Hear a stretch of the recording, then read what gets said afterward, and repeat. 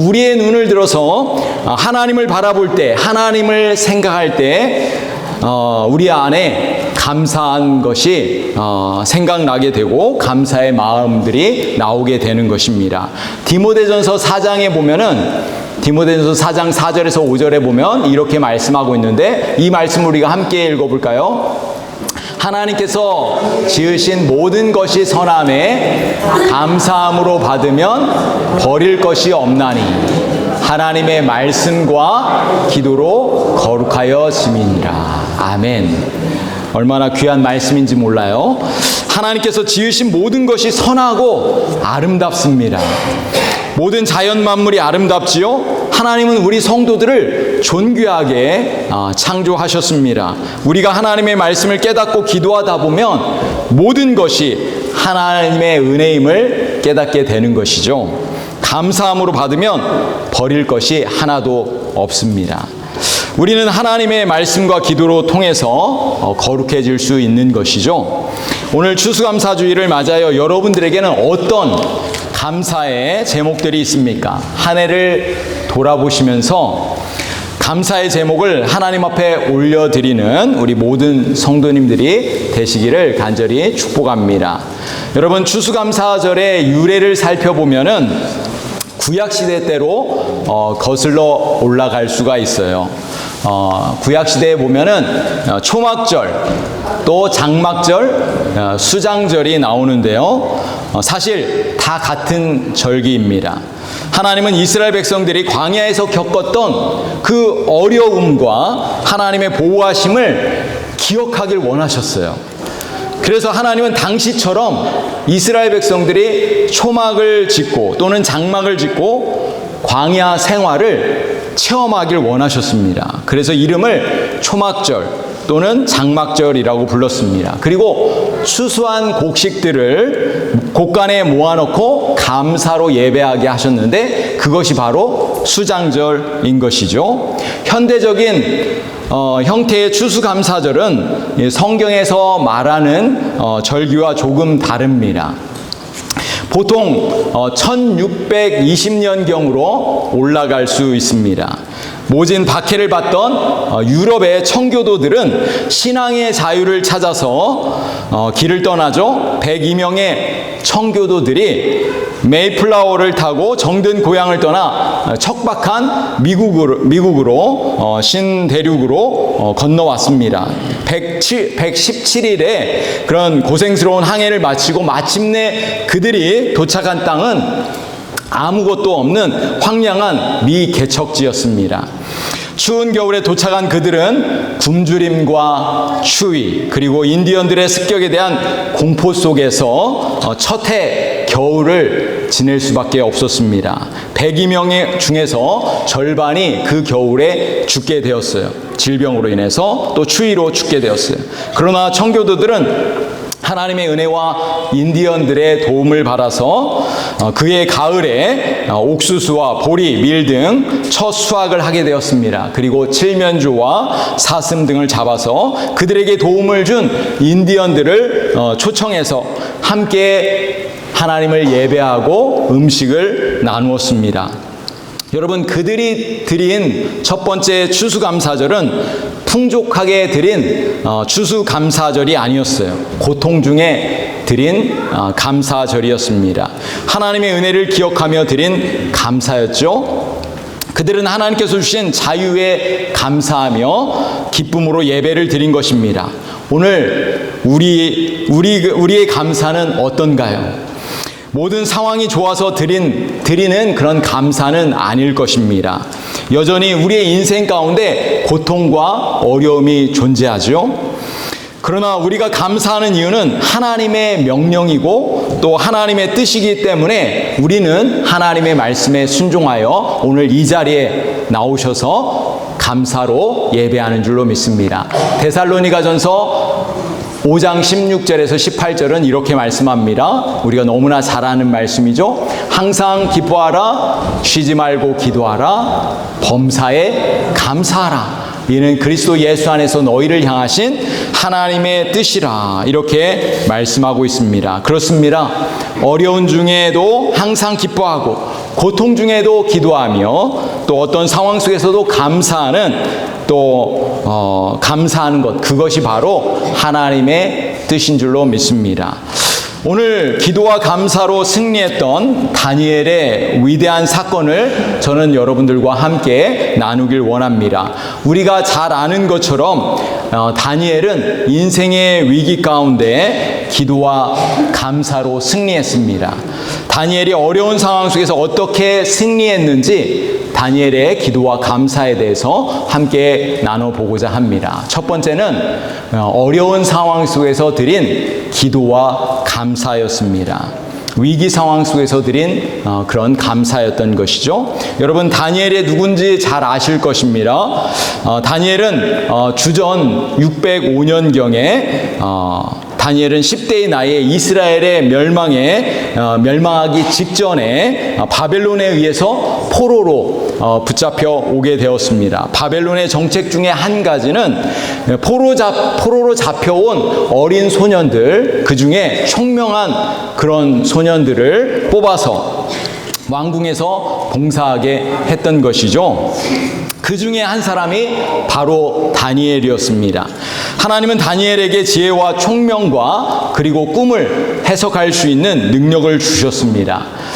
그 당시에 느부갓네살이 통치하던 시기에 왕의 꿈을 해석해 준 것을 계기로 해서 총리가 되었던 것이죠. 그 당시에 통치자들은 여러 사람이었는데 느부갓네살, 벨사살, 다리오 왕, 고레스, 이런 왕들 시기에 다니엘이 활동했었습니다. 그들이 통치하는 약 60년 동안 세 나라, 바벨론, 또 메대, 바사를 다스리는 총리로서 그런 사역을 감당하며 하나님의 뜻을 이룬 위대한 선지자가 바로 다니엘이었습니다. 오늘 본문에 벨사상 왕이 죽고 다리오 왕이 통치하던 시대에 그때 일어난 사건인데요. 다니엘은 다리오 왕이 된 후에 3명의 총리를 세웠는데 그 중에 가장 총명한 사람이 누구였냐면 바로 다니엘이었습니다. 다니엘은 매우 정직하고 지혜로운 사람이었어요.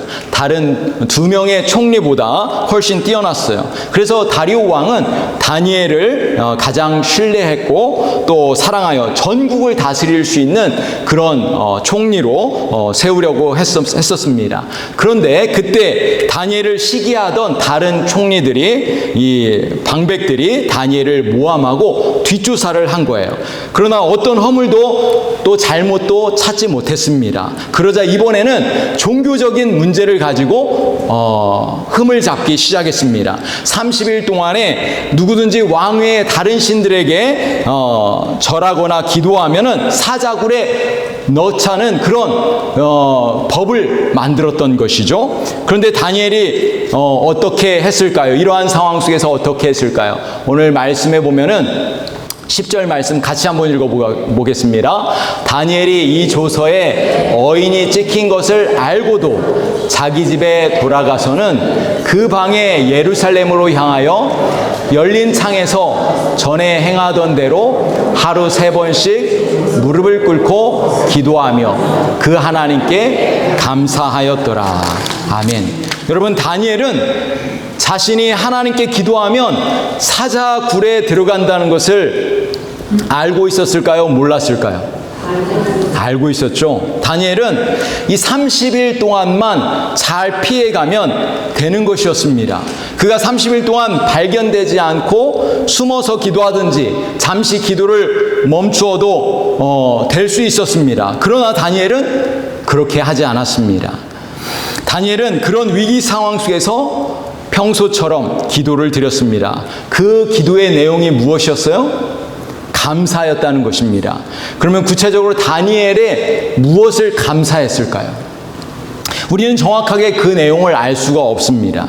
그러나 추측해 보기는 그 당시 다니엘의 나이는 노년이었습니다. 대략 80세 전후였습니다. 다니엘이 한평생 이방 땅에서 하나님의 은혜를 누리고 살았어요. 그렇다면 다니엘은 매일같이 이방 땅에서 지켜주신 그 하나님 앞에 기도하며 감사할 수밖에 없었을 것입니다. 또 한 가지, 다니엘이 매일같이 기도하며 감사했던 이유가 있었습니다. 그 이유는 하나님의 약속 때문이었습니다. 다니엘은 하나님의 약속, 어떤 약속이었을까요? 포로에서 귀환할 것이라는 하나님의 약속을 믿었습니다. 하나님의 그 신실한 약속을 믿고 기다리며 예루살렘을 향해서 예루살렘에 다시 돌아갈 것을 기대하면서 그렇게 하나님 앞에 감사 기도를 했던 것입니다. 여러분, 어려운 상황 속에서 감사 기도를 할 수 있을까요? 쉽지 않을 것입니다. 우리의 삶을 생각해 보세요. 어려울 때 우리는 두 가지로 반응하게 됩니다. 어떤 사람은 어려울 때 하나님을 멀리합니다. 기도하지 않습니다. 불평하고 원망하죠. 때로는 교회를 떠나기도 합니다. 그러나 지혜로운 사람은 어떻게 할까요? 어려운 일이 닥치면 하나님 앞에 더 가까이 나아간다는 것입니다. 더 많은 기도를 하나님 앞에 한다는 것이죠. 하나님을 간절히 찾게 되는 것이죠. 기도하다 보면 하나님께서 마음의 평안을 주십니다. 근심이 사라지게 되죠. 또 하나님의 은혜를 경험하게 됩니다. 결국 어려운 일을 통해서 더 많은 감사를 드리게 되는 것이죠. 이것이 바로 기도의 능력인 줄로 믿습니다. 그렇습니다. 어려울 때일수록 감사가 더 필요한 것이죠.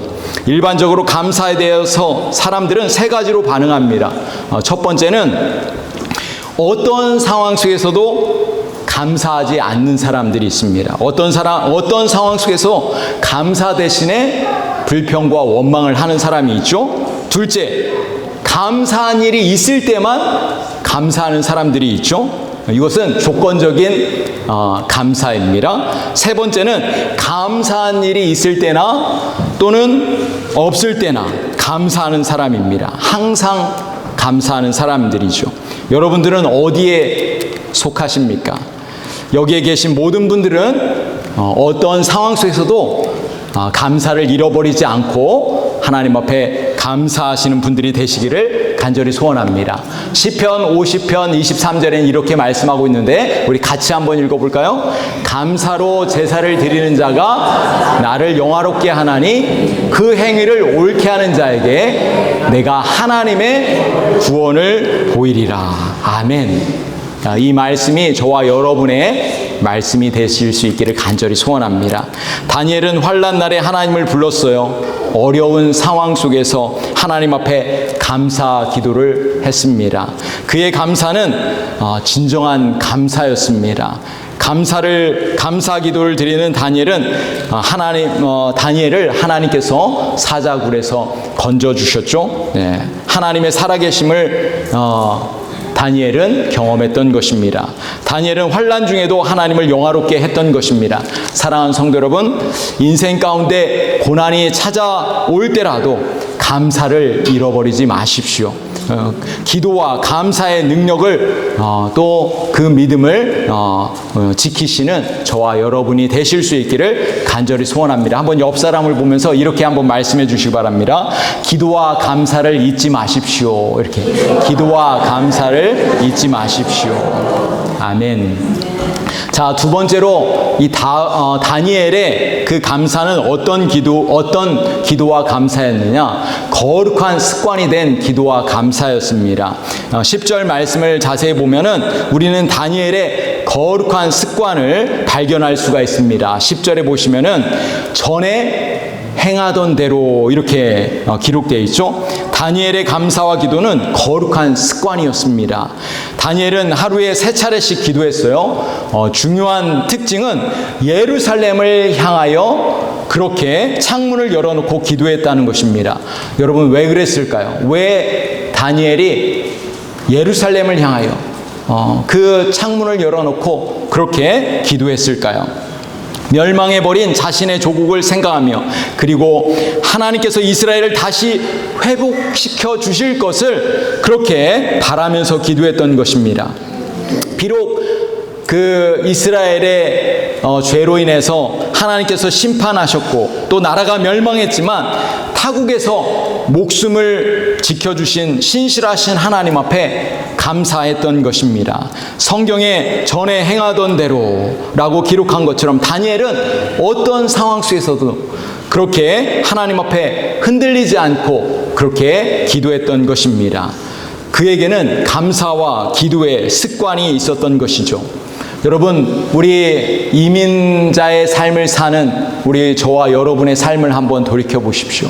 이 추수감사절기에 우리의 고국, 우리의 조국 대한민국을 떠나서 이 미국 땅에서 지금까지 몇십 년 동안 살아온 것, 하나님의 은혜 아니겠습니까? 우리 믿음의 성도들이 우리의 과거, 지금까지 지켜주신 그 하나님의 은혜를 기억하고 감사하실 수 있기를 간절히 소원합니다. 여러분, 예수님도 거룩한 감사와 기도를 습관적으로 하셨습니다. 예수님은 중요한 일이 있으실 때마다 새벽에 깨어서 기도하셨고 또 밤에도 기도하셨습니다. 마지막 최후의 만찬에서도 또 제자들을 축복하고 또 하나님 앞에 감사하셨던 것이죠. 예수님은 습관적으로 기도하시고 감사하셨습니다. 기도와 감사는 예수님의 거룩한 습관이셨습니다. 사실 감사는 그 자체가 기적입니다. 감사로 하루를 시작하다 보면 하루 내내 우리 마음에 기쁨과 감사한 것이 떠오르게 되는 것이죠. 그리고 우리의 마음 가운데 평안이 찾아오는 것입니다. 그래서 기도와 감사의 습관이 중요한 것입니다. 십자가 없는 기독교를 생각할 수 없는 것처럼 감사 없는 기독교도 생각할 수 없는 것이죠. 감사할 줄 모르는 사람은 아직까지 구원의 은혜를 받지 못한 사람인 것입니다. 범사에 감사할 줄 모르는 사람은 하나님의 크신 사랑을 우리가 깨닫지 못한 것입니다. 유대인들에게 내려오는 훌륭한 자녀로 키우는 세 가지 자녀의 교육 방법이 있다고 합니다. 첫 번째는 모든 일에 무조건 감사하며 살도록 그렇게 가르친다는 거예요. 불평은 입 밖에도 내지 못하도록 그렇게 자녀들을 훈련시킨다는 거예요. 그게 바로 지혜로운 자녀 교육법이라는 것이죠. 두 번째는 원망하거나 불평하는 사람과 그런 친구들과 놀지 않도록 한다는 것입니다. 주변에 타당한 이유를 들면서 원망하는 사람들이 있을 수 있어요. 그런 사람들과 어울려 살다 보면 저절로 불평과 원망하는 그런 자녀들이 될 수 있기 때문에 이 지혜로운 부모는 친구들도 감사하는 그런 친구들을 선택할 수 있도록 우리 자녀들을 훈련시킨다고 합니다. 세 번째로 감사하며 사는 사람들과 친구를 만들어주고 가까이 지내게 한다는 것이죠. 불평과 원망하는 친구들은 멀리하고 또 감사할 줄 아는 친구들을 또 친구들과 어울릴 수 있도록 하는 그 유태인의 자녀 교육법이 있다고 합니다. 여러분, 행복하게 살려면 감사를 연습하고 훈련해야 합니다. 감사도 일종의 습관입니다. 그러므로 감사는 훈련이 필요한 거예요. 감사가 행복해지는 습관이라면 불평과 원망은 불행해지는 습관인 거예요. 여러분, 이 세상에서 불행해지기 위해서 훈련하는 사람들을 보셨나요? 아마 없으실 것입니다. 그렇다면 행복해지기 위해서 감사가 습관되도록 훈련해야 될 줄로 믿습니다. 다니엘과 같이 기도하는 장소와 시간을 정해놓고 기도하다 보면 어떤 일이 벌어지겠습니까? 놀라운 기도의 응답, 또 감사가 저절로 나오게 될 줄로 믿습니다. 사랑하는 성도 여러분, 이번 추수감사절기에 여러분 가족들과 함께 모여서 또 식사도 하고 교제할 때 여러분 감사한 제목들을 한번 나눠보십시오. 1년 동안 하나님께서 베풀어 주신 그 크신 은혜를 함께 나누어 볼 때 감사와 기쁨이 넘치는 추수감사절이 될 줄로 믿습니다. 여러분, 다니엘이 위기 상황 속에서 습관적으로 기도와 감사를 할 수 있었던 용기는 도대체 어디에서 나온 것일까요? 여러분, 사자굴에 들어갈 것을 알면서도 어떻게 기도하고 감사할 수 있었던 것일까요? 도대체 그 용기가 어디에서 나온 것일까요? 아마도 믿는 구석이 있었을 것입니다. 어떤 믿는 구석일까요? 자기의 인생 가운데 지금까지 포로로 잡혀온 이후에 자신의 삶 가운데 하나님께서 함께 하셨고 또 자신의 생명을 지켜주셨던 것을 경험했던 것입니다. 사랑하는 성도 여러분, 우리도 그런 경험이 있지 않습니까? 우리가 이 땅을 살아가면서 수없이 많은 하나님의 은혜를 경험했을 것입니다. 우리는 살아계신 하나님을 믿고 지금까지 지내온 줄로 믿습니다. 그렇다면 여러분 두려워하지 마십시오. 염려하지 마십시오. 하나님께서 오늘날까지 지켜주신 것처럼 앞으로도 우리의 인생을 선하게 가장 좋은 것으로 인도해 주실 것입니다. 거룩한 기도와 감사의 습관이 바로 믿음입니다. 다니엘은 기적을 체험하는 삶을 살았어요. 우리의 삶도 날마다 기적을 체험하는 그런 우리 믿음의 성도들, 감사와 기도를 통해서 기적을 체험하는 우리 믿음의 성도들 되시기를 간절히 소원합니다. 자, 세 번째로 다니엘은 어떤 기도와 감사를 했느냐? 기적을 체험하게 한 기도와 감사를 한 것입니다. 비록 다니엘이 억울하게 사자굴에 들어갔지만 하나님은 다니엘을 사자굴에서 구원해 주셨습니다. 오늘 16절 말씀을 같이 한번 읽어보겠습니다. 이에 왕이 명함에 다니엘을 끌어다가 사자굴에 던져 넣는지라 왕이 다니엘에게 일러 가로되 너의 항상 섬기는 내 하나님이 너를 구원하시리라 하니라. 아멘. 다니엘을 신뢰하고 사랑했던 이 다리오 왕은 다니엘을 사자굴에 넣고 싶지 않았습니다. 그러나 법으로 정해졌기 때문에 다니엘을 사자굴에 넣는 것을 허락할 수밖에 없었습니다. 그러나 하나님께서 사자굴에 들어간 다니엘을 구원하길 원했습니다. 천사들을 보내서 하나님은 다니엘을 구원하셨습니다.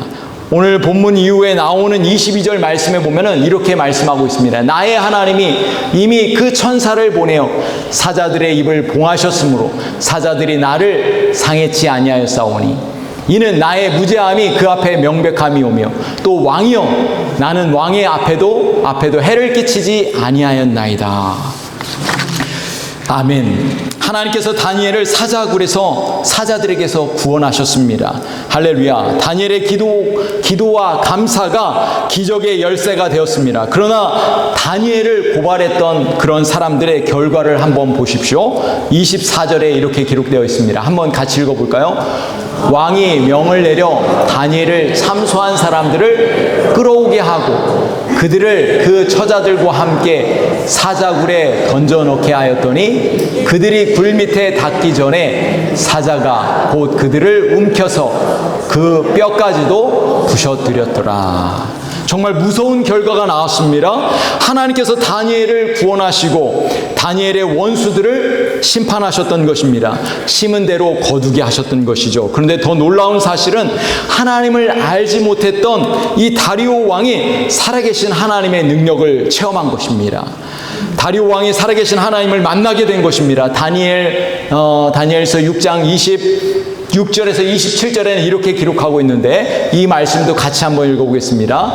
내가 이제 조서를 내리노라. 내 나라 관할 아래에 있는 사람들은 다 다니엘의 하나님 앞에서 떨며 두려워할지니 그는 살아계시는 하나님이시오 영원히 변하지 않으실 이시며 그의 나라는 멸망하지 아니할 것이며 그의 권세는 무궁할 것이며 27절 그는 구원도 하시며 건져내기도 하시며 하늘에서든지 땅에서든지 이적과 기사를 행하시는 이로써 다니엘을 구원하여 사자의 입에서 벗어나게 하였더라. 아멘. 할렐루야. 이 얼마나 놀라운 일입니까?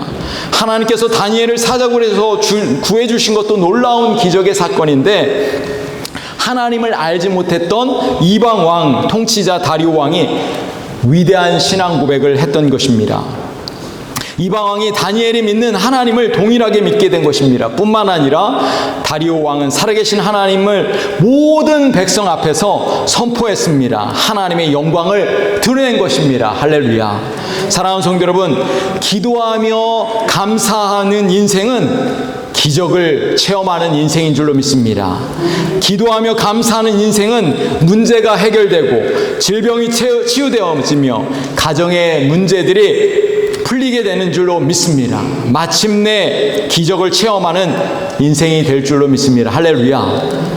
저와 여러분의 삶이 그런 놀라운 기적들이 일어나기를 간절히 소원합니다. 비록 다니엘이 어려움을 당했지만 다니엘은 형통한 사람이었다라고 성경은 기록하고 있습니다. 28절에 보면 이 다니엘이 다리오 왕의 시대와 바사 사람 고레스 왕의 시대에 형통하였더라. 어려움 가운데서도 기도하며 감사했던 다니엘. 기적을 체험했던 다니엘은 성경은 형통한 사람이라 이렇게 표현하고 있는 것입니다. 이 얼마나 놀라운 복입니까? 어려움 속에서도 신실하게 기도하며 감사했던 이 다니엘의 인생을 하나님께서 지키시고 인도하신 줄로 믿습니다. 이것이 바로 기도와 감사의 승리인 줄로 믿습니다. 혹시 여러분 가운데 이렇게 질문하시는 분도 있을 수 있습니다. 목사님, 감사하고 싶지만 감사의 제목들이 없습니다.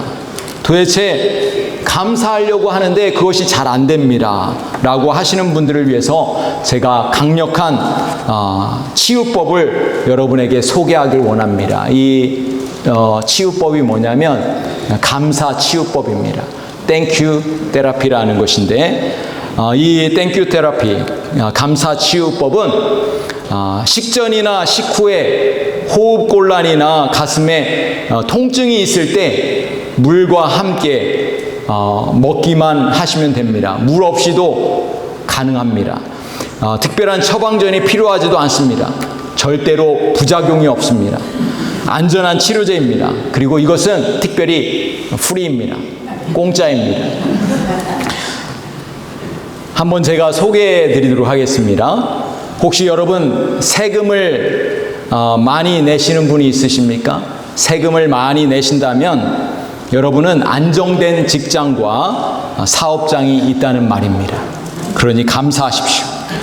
몸무게가 늘어서 옷이 맞지 않다면 먹을 것이 넉넉하다는 증거입니다. 감사하십시오. 세탁할 옷이 집안에 곳곳에 쌓여 있다면 여러분은 적어도 갈아입을 옷이, 여유 옷이 많다는 증거입니다. 그러니 감사하십시오. 집에 대청소가 필요하고 고쳐야 할 곳이 있다면 몸을 위탁할 집이 있다는 것입니다. 그러니 감사하십시오. 다섯 번째, 교회 예배 중에 음정이 엉망인 찬송 소리가 들린다면 여러분의 청각은 정상입니다. 그러니 감사하십시오. 마지막으로 하루해가 저물어 온몸이 나른하고 피곤하다면 열심히 일한 증거이니 이 모든 일은 다 감사한 것입니다. 할렐루야. 그렇습니다. 우리의 삶 속에서 조금만 더 생각한다면, 우리의 생각을 조금만 바꾼다면 우리의 삶의 대부분은 감사 제목으로 넘쳐날 것입니다. 기도와 감사는 기적의 열쇠입니다. 가끔씩 제가 성도님들에게 질문합니다.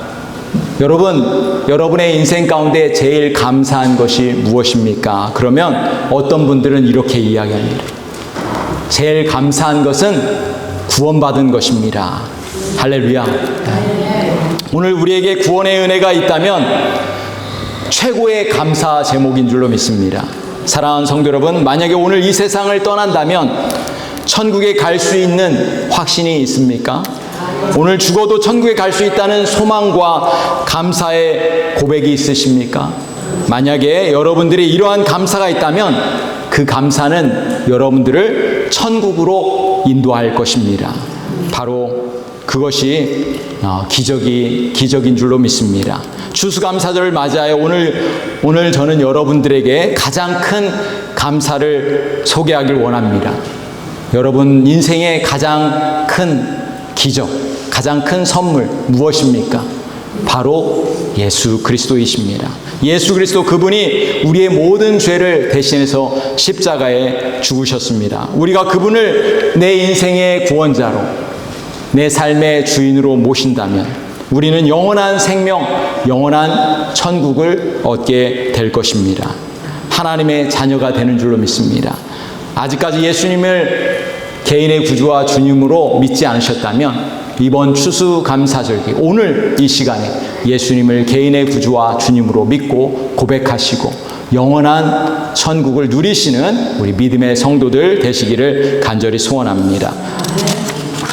우리의 생명이 되시고 우리의 구원자가 되시는 예수님을 인하여 감사하는, 기뻐하는 추수감사절이 되시기를 간절히 소원합니다. 하나님은 오늘도 우리에게 말씀하십니다. 여호와께 감사하라. 그는 선하시며 그 인자하심이 영원함이로다. 감사가 넘치는 우리 모든 성도님들 되시기를 간절히 소원합니다. 우리 옆 사람하고 한번 이렇게 말씀해 주시기 바랍니다. 감사가 넘치는 추수감사절 되십시오.